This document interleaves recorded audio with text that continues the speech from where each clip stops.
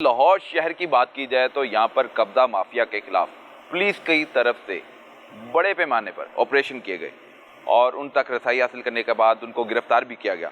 लेकिन एक ऐसी कहानी, एक ऐसा जुल्म जिसकी दास्तान मैं मुतासरा शहरी के जरिए आपके सामने रखूँगा। मेरे साथ बुजुर्ग शहरी मौजूद हैं और इनके घर पर कब्जा हो चुका है। ये सारी कहानी है क्या, इनकी ज़ुबानी जानेंगे। अस्सलाम वालेकुम जी। वालेकुम अस्सलाम। क्या नाम है आपका? जमील अहमद जी। जमील अहमद साहब कहाँ रहने वाले हैं? मैं जी 184 ए ईडन सोसाइटी में मैंने मकान ख़रीदा था। किस थाने की हदूद में? वो ग्रीन टाउन थाने की हदूद है जी। ठीक है। तो मैंने वो मकान ख़रीदा है। तो जो डीलर था राना उस्मान, वो कहने लगा मेरा मामू जो है ना इफ्तिखार बाहिर है, वो जैसे ही आएगा मैं आपके नाम इसे ट्रांसफ़र करवा दूँगा। वो इसी तरह कुछ अर्सा गुजरता गया। जब पूछते थे मेरा मामू आ जाएगा 2-3 महीने में तो मैं आपके नाम ट्रांसफ़र करा दूँगा, वो मामू भी नहीं आया। तो फिर उसने कहा मैं आपके नाम पे डिग्री करा देता हूँ। तो हमें ले गया अदालत। वहाँ जाके उसने 2 दफ़ा बयान दिया है कि मैंने इनसे पैसे ले लिए हैं, ये मकान जो है ना इनके नाम डिग्री कर दें। तो इसी असना में जो है 4 साल हम वहाँ रहे हैं। 4 साल बाद कोई गुंडे आ गए हैं कि जी ये मकान हमारा है। तो हमसे वो ज़बरदस्ती धक्के मार के जो है ना खाली कराया गया है जी। तो आप के घर में कौन कौन मौजूद था जब आपके घर पर हमला किया गया? मेरी 2 बेटियां थी और मैं था जी। मैं हार्ट पेशेंट हूँ, मेरे से तो चला भी सही नहीं जाता। तो मुझे धक्के मार के मेरे से साइन करवाया, मार के कनपट्टी पे पिस्तौल रख के यहाँ साइन करो। किसने कनपट्टी पे पिस्तौल रखा? वो जो गुंडे थे जी उनके, और पुलिस वाले भी वहाँ थे जी। लेकिन किसी ने मेरी कोई किसी के घर पे क्यों कब्जा करेगा?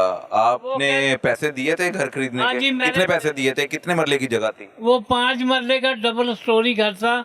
75 लाख में ख़रीदा था। 60 लाख उसे दे चुका था मैं। तो वो कह रहा है जैसे ही ट्रांसफ़र होगा बाकी पैसे मुझे दे देना। मैं कहा ठीक है जी। तो इसी दौरान वो जो है कहीं गायब हो गया।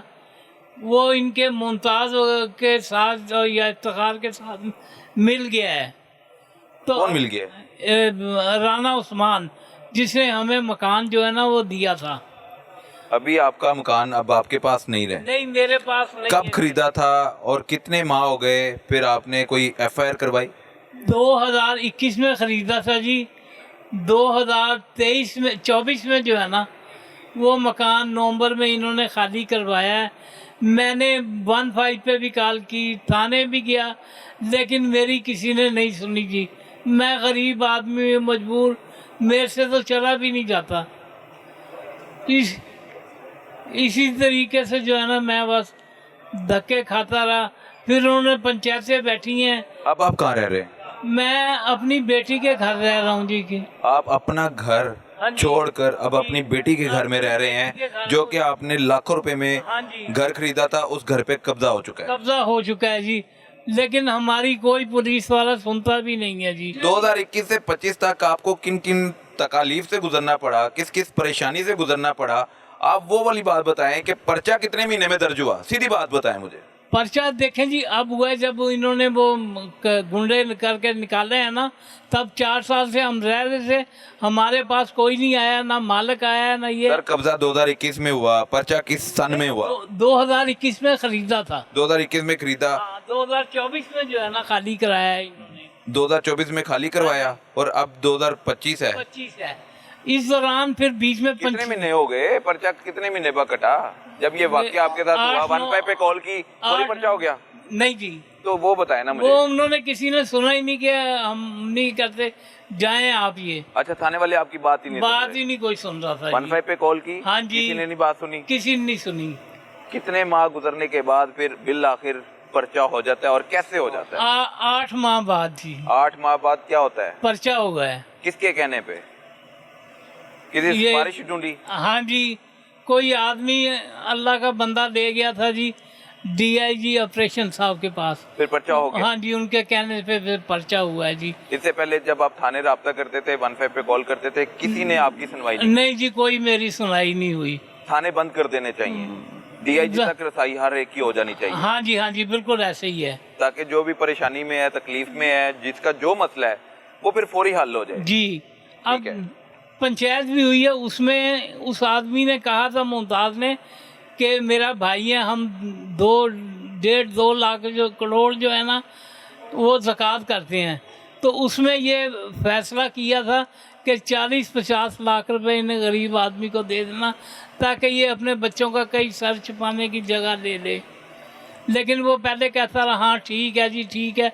इस चीज़ का गवाह भी मौजूद है जिसके घर में बैठ के ये बात हुई थी। अच्छा, जब पर्चा हो जाता है हाँ जी, तो फिर पुलिस आगे इन्वेस्टिगेशन कैसे आगे बढ़ाती है? उन मुल्ज़मान तक पहुंचती है जिनके नाम आपने मुकदमे में दर्ज करवाए? अभी तक तो कोई नहीं पहुंचा। मुकदमे में किन किन को नामजद किया गया? उस्मान को किया है जी, जो डीलर हैं उनको भी लिखा है कि जी इन्होंने हमें दिलवाया था, नसीम और जावेद ने। और जिसने मारा था उनके नाम क्या है? पुलिस वाले आप बताते हैं ना, पुलिस वाले भी उनके साथ थे, तो पुलिस ने क्यों उनका साथ दिया? मालिक आप हैं, पैसे आपने दिए हुए हैं। अब ये नहीं मुझे पता क्यों उनका साथ दिया है। गुंडों ने भी जो धक्के वगैरह मारे, मैं मरीज बंदा हूँ तो इसलिए मुझे नहीं वो हो सका जी। फिर ये मेरा भतीजा है, ये वहाँ आया, इसने ज़रा कहा है तो उन्होंने जनाब इसे पुलिस वालों ने अरेस्ट कर लिया है। आपके भतीजे को अरेस्ट हाँ, कर लिया? अरेस्ट क्या कर लिया। ये काबिज हो गया था आपके घर पे? नहीं, कि आप क्यों बोल रहे हैं, इसे थाने ले गए हैं कि आप इनका क्यों साथ दे रहे हैं। अभी ये तो फिर कह रहे थे कि क्यों बुजुर्ग आदमी को धक्के दे रहे हो, बच्चियाँ हैं उन्हें क्यों धक्के दे रहे हो। कोई फुटेज है आपके बच्चियों पर तशद्दुद होने की? नहीं जी, मैं मोबाइल मेरा छीन लिया था उसने। मेरी अम्मी घर पर नहीं थी, अम्मी अब्बू की दवाई लेने के लिए कार्डियोलॉजी गई हुई थी। मेरे अब्बू का बाईपास हुआ था 3 महीने पहले, तो हमारे उन्होंने फ़ोन भी खींच लिए थे कि हम मम्मी को फ़ोन करके बताते, लेकिन ऐसा नहीं हो सका। जब हम लोग को उन्होंने निकाल दिया और हमारा सामान वगैरह फेंकना शुरू कर दिया तो काफ़ी देर बाद उन्होंने हमें फ़ोन वापस किया था। फिर अम्मी को फ़ोन किया तो उस वक्त इत्तेफाक ऐसा था, अम्मी रास्ते में थी तो मौके पे अम्मी थोड़ी देर में पहुंच गई। तो फिर वो हम लोग को उस वक्त तक वो निकाल चुके थे। फिर अम्मी को सारा वाक़या हम लोगों ने बताया कि इस तरह से ये लोग आए हैं और इन्होंने धक्के दिए हैं और अब्बू से कुछ पेपर पे साइन करवा लिए हैं और हम लोग को निकाल दिया और कह रहे हैं कि अब इधर नहीं आना आप लोगों ने। और हमारा सामान जो है वो भी सारा नीचे नहीं उन्होंने उतारा है, बाकी जो सामान है वो इन लोगों ने अभी ऊपर ही रखा हुआ है। तो अम्मी ने जाके उनसे बात की तो उन्होंने आगे कहा है कि आप लोग का ये सामान है, ये आप लोग को मिल गया, बाकी जो सामान है वो आप सुबह आके ले जाना और अब यहाँ पे आप लोगों ने नहीं आना और निकलो यहाँ से, ये घर हमारा है। उन्होंने ये करके और निकाल दिया, जबकि उससे पहले हम लोग को कभी भी कोई भी नोटिस नहीं मिला था। हम पिछले 4 साल से यहाँ पे रह रहे थे, सिस्टर करीब ही रहती थी। फिर हम लोग वहाँ पर चले गए, फिर हम लोगों ने रात वहाँ पे गुजारी। सुबह जब वापस आए हैं तो सारा सामान जो था ना, उन्होंने अपनी तरफ से सारा सामान निकाल के बाहर फेंक दिया कि ये आप लोग का सामान है, ये पकड़ लो बस। फिर जब देखे कुछ पेपर वगैरह जो थे, घर के भी पेपर थे, तो वो जो थे वो कंप्लीट नहीं थे। उन्होंने सब कुछ ना यानी कि बीच में से निकाल ली थी चीज़ें, और काफ़ी सामान जो कीमती सामान और भी था वो उन लोगों ने रख लिया था अपने पास ही, वो हम लोग को वापस नहीं मिला। और जब अम्मी ने कहा कि हमारा सामान कंप्लीट नहीं है तो कम से कम हमें वो तो दो, तो उन्होंने कहा कि ये घर आप लोग का है ही नहीं और जो भी सामान है वो ये पड़ा है, ये आप लोग लेके जाओ और यहाँ पे आइंदा आने की ज़रूरत है ही नहीं आप लोगों को। तो बस फिर ऐसे ही करके उन्होंने काफ़ी ज़्यादा लड़के जो थे वो ऊपर छत पे थे और वहाँ पे खड़े कर लिए और असले के साथ खड़े कर लिए। तो फिर आगे क्या करते बस कुछ समझ नहीं आ रहा था। पैसे